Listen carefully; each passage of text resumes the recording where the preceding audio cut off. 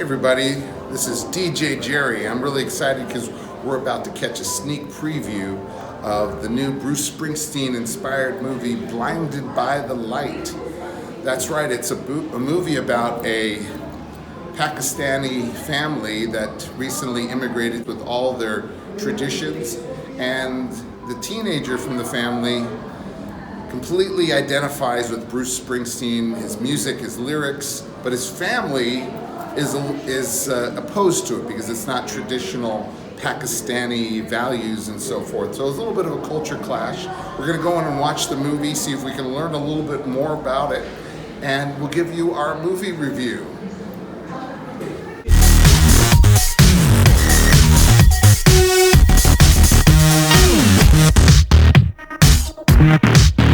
Okay, everybody, we just got through watching the movie Blinded by the Light.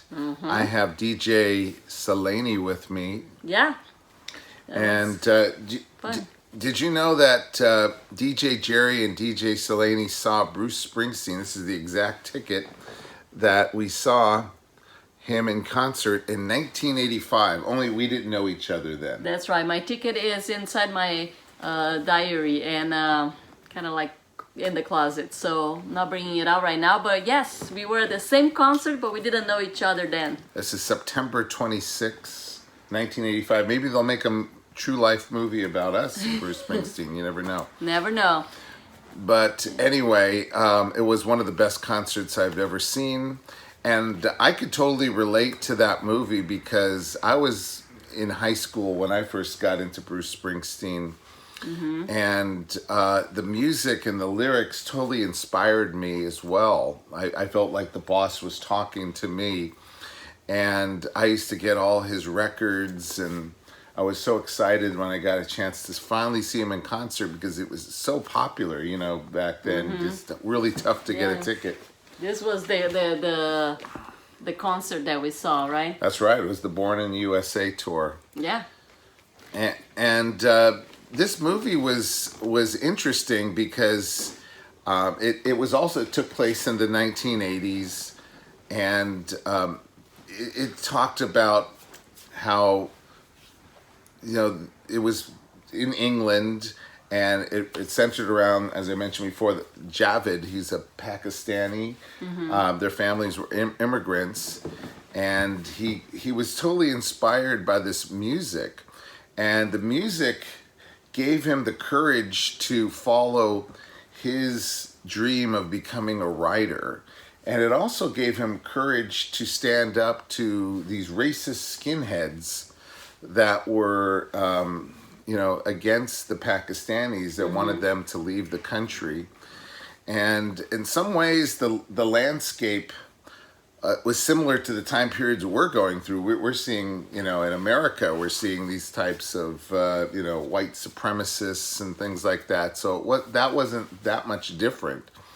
But I really liked the way they used the lyrics. There were scenes when they played the Bruce Springsteen songs very effectively, and they used the graphics, and they brought the music to life. The sound was great, and it really, I think it's a great introduction to Bruce Springsteen if you're not a fan already. And if you are a fan, it's a must-see. You really got to go see this. It's a romantic comedy. It has a lot of universal themes running through it about, again, having the courage to follow your dream.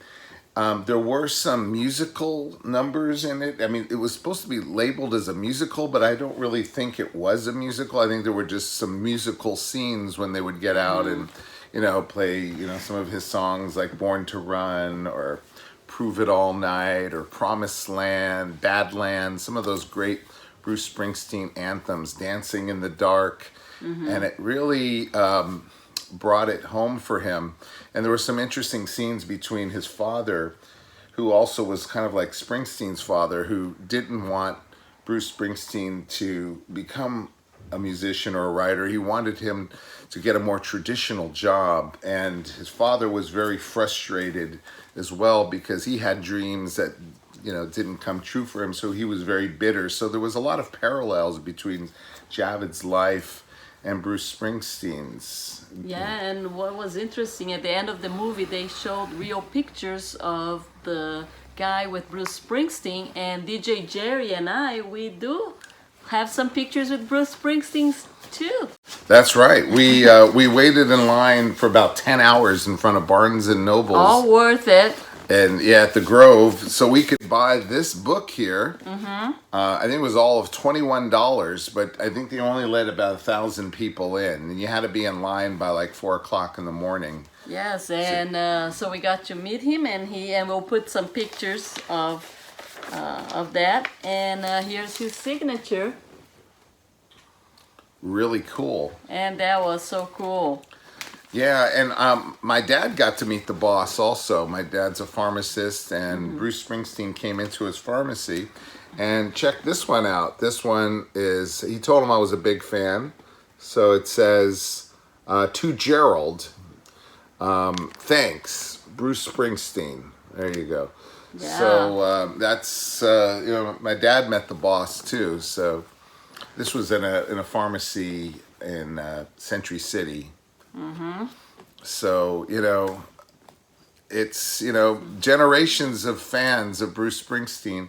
And I hope that this movie really helps to bring those great lyrics about, fulfilling your dreams and standing up for yourself and following the path that you're meant to do, to follow your talents and your gifts and against all odds. And I think that it was just a really inspiring movie, and DJ Gerry's going to give it a thumbs up. How about you, DJ? Yeah.